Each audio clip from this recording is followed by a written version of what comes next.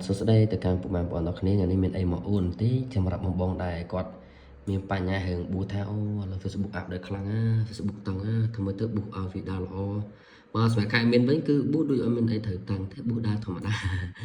ជាងអាចមើលទៅណៃបាននេះមីសេដែលយើងទទួលបានណាមីសេយើងទទួលបានហើយយើងមើលការស៊ីចំណាយបងប្អូនអាចមើលបានវ៉ាវគឺទីខ្លាំងមែនតើណាយើងមើល 0.10 0.08 នេះមីសេដែលយើងទទួលបានគឺស៊ីទីខ្លាំងមែនតើមកយើងទៅว่าយើងបាក់ថាវិស័យយើងបាននេះដែរគឺវាស៊ីទីខ្លាំងមែនតើណាជាមើលទៅនៃចាក់ស្ដែងទេឥឡូវមើលនៅក្នុងឆ្នាំហ្នឹងនេះខែ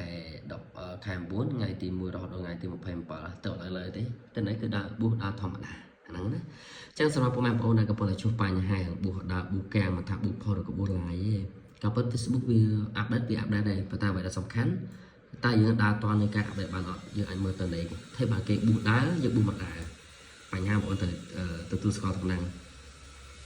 អញ្ចឹងសម្រាប់បងដែលមានជំនាញពាក់ព័ន្ធជាមួយនឹងអាជីវកម្មប៊ូឡាយប៊ូផុសឬក៏សេវាកម្មផ្សេងទៀតអាចចាំមកខាង admin បានយើងមានជាសេវាកម្មជាច្រើនហើយក៏យើងមានការ free ប្រឹក្សាយោបល់រកបញ្ហាបងប្អូនមានជំនាញចូលសាកសួរបងប្អូនណាបាទអញ្ចឹងពាក់ព័ន្ធជាមួយនឹងវីដេអូនេះខ្ញុំចែកបែបតែប៉ុណ្្នឹងទេណាបងប្អូនអញ្ចឹងសូមអរគុណច្រើនបាយបាយ